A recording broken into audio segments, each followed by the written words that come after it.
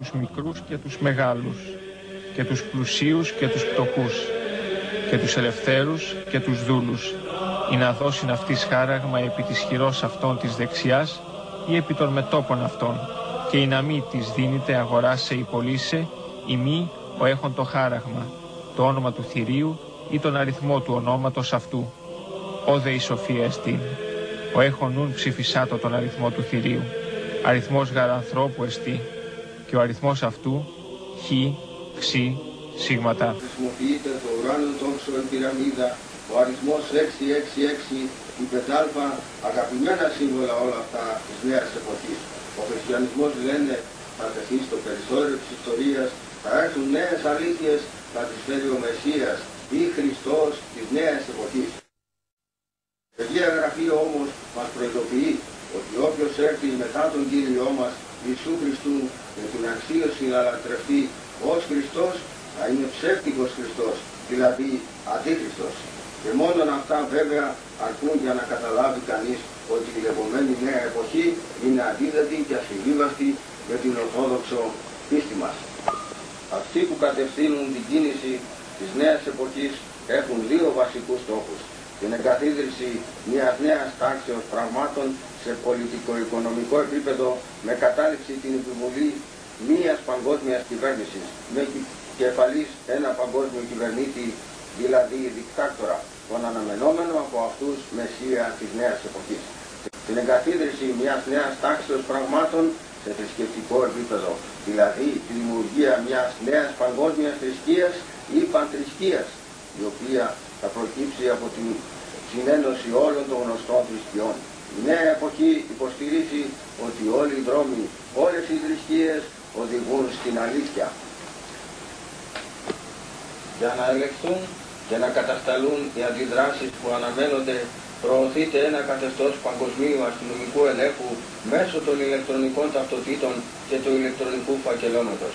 Εδώ εντάσσεται και η Συμφωνία Σέγγεν και ο νόμος 2472 του 1997 για τη δίθεν προστασία του ατόμου από την επεξεργασία δεδομένων προσωπικού χαρακτήρα. Περιορίζεται με στόχο την παντελή εξαφάνιση η προσωπική ζωή και η ελευθερία του ατόμου. Εφιαλτικά σενάρια μιας κοινωνίας ελεγχομένων ανθρώπων, ρομπότ, σαν αυτή που περιγράφει ο Orwell στο γνωστό βιβλίο του 1984, αποτελούν σταθερή επιδίωξη της νέας τάξης πραγμάτων. Τα πάντα υπό έλεγχο και την καθοδήγηση του μεγάλου αδελφού. Η νέα εποχή σκοπό έχει τρία πράγματα: στον πολιτικό οικουμενισμό, στο θρησκευτικό οικουμενισμό και στον οικονομικό οικουμενισμό.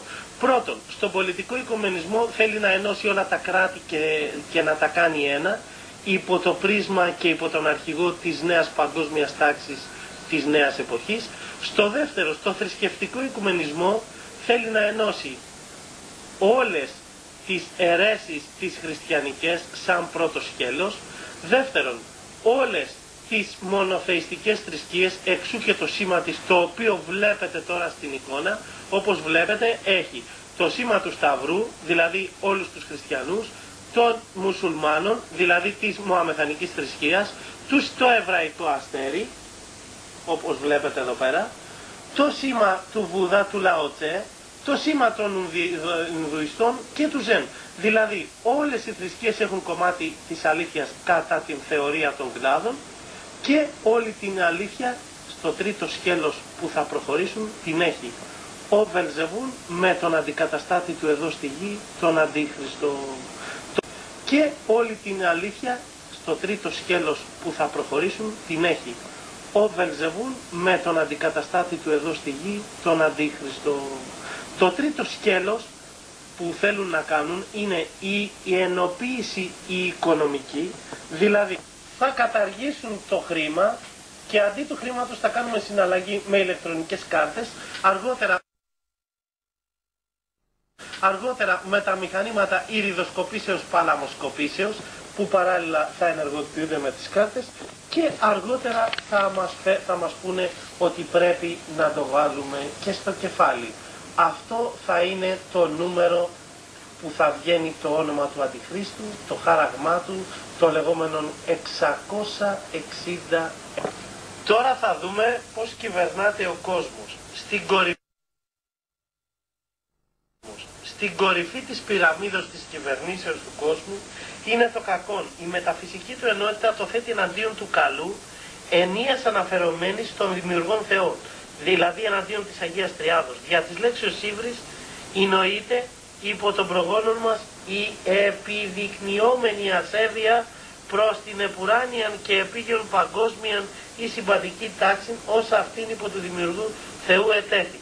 Κρίμα που αυτή η λέξη εξέπεσε ενός χαρακτηρισμός ευτελού συμπεριφοράς. Για εμάς τους Ελληνοορθοδόξους το κακόν έχει τη συγκεκριμένη έννοια του διαβόλου και του εκπεσόντος τάγματος των αγγέλων, διαμέσου των οποίων απειλγάζεται η εμφάνιση του παγκοσμίου εκπροσώπου τους Αντιχρίστου εις μίαν καθορισμένη χρονική στιγμή. Δεύτερον στην ιεραρχία είναι η λευκή αδελφότης, μικρή εξόχως μυστική κοινωνία ανθρώπων, υποθετικός μικρή, εδρεύουσα εις υποχρονίους χώρους περί των χωρών των Ιμαλαίων, έχουσα άμεσον σχέση με τα φυσικά δυνάμεις του κακού, υπό τον οποίο και καθοδηγείται. Η μόνη που λέγεται ότι έλαβε γνώση του χώρου, Σαμπάλα, και του τρόπου επικοινωνίας των μυστικών αυτής, η Εβραία Έλενα Μπλαντβάσκη, εξέχουσα σατανίστρια και ιδρυτής του θεοσοφισμού και σαν φαίνεται αρχηγός της νέας. Πιο κάτω βλέπουμε ότι είναι το κίνημα της νέας εποχής, το οποίο προαναφέραμε και αποτελεί την ανοιχτή έκφραση της λευκής αδελφότητας, στοχεύουσα στην παγκόσμια ηγεμονία, νέα παγκόσμια τάξη. Έχει 500 εκατομμύρια οπαδούς σε όλο τον κόσμο και πολλούς αποστόλους. Ελέγχει τις ΤΟΕΣ, το σιωνιστικό κίνημα, τη Λέσχη Μπίντελμπεργκ.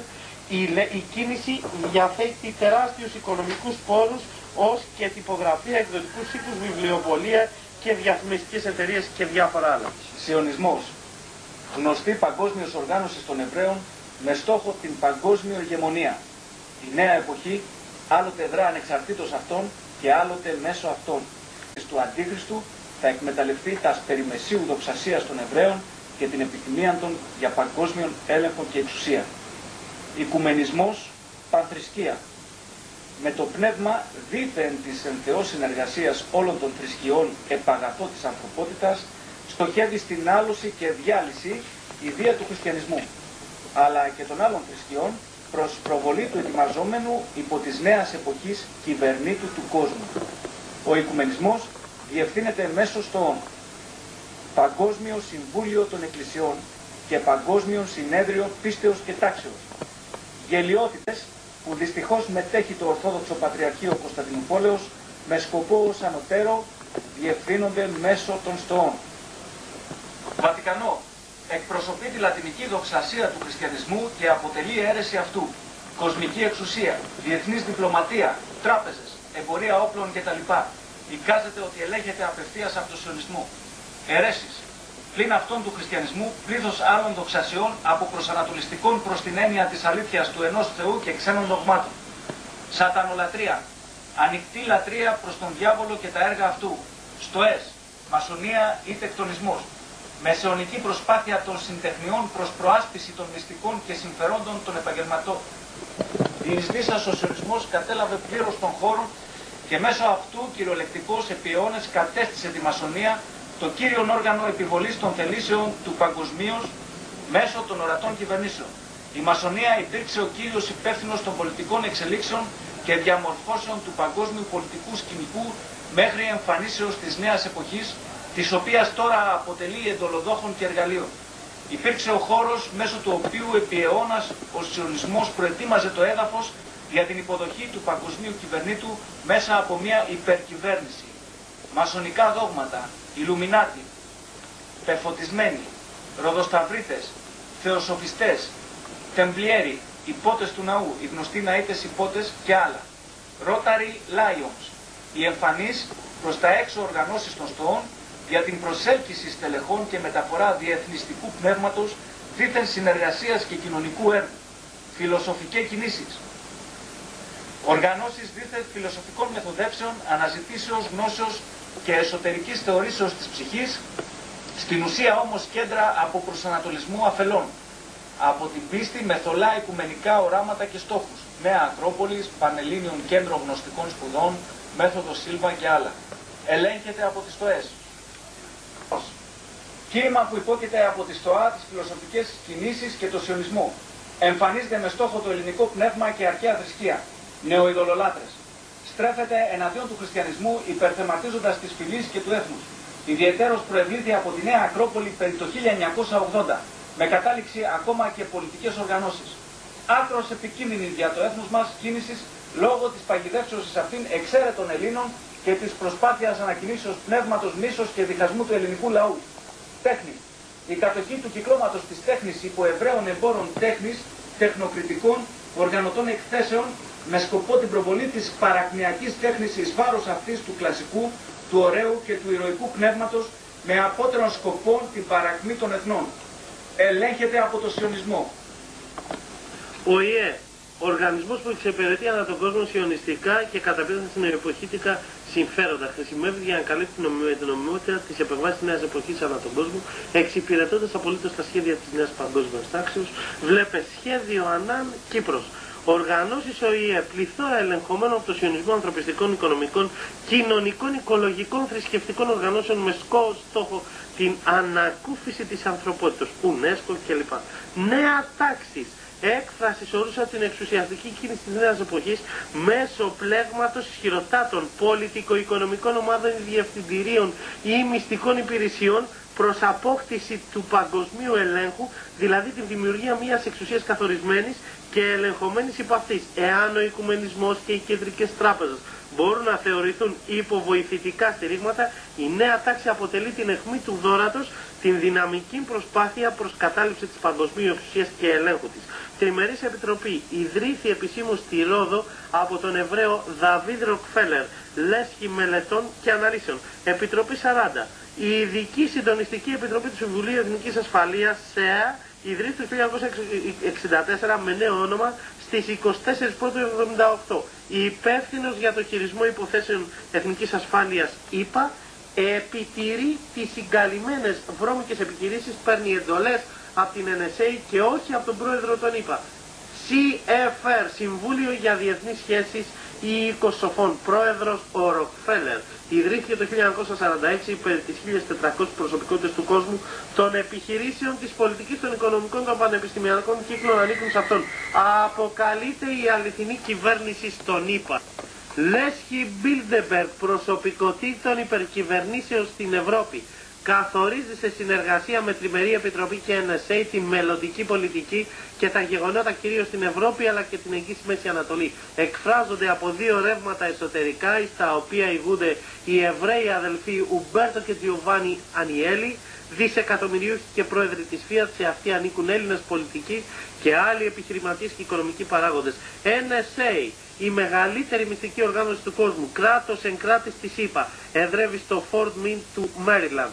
Τεχνολογικές και οικονομικές δυνατότητες τεράστιες. Φρακτορεύει όλες τις κυβερνήσεις του κόσμου. Δεν ελέγχεται από νόμους του κράτους.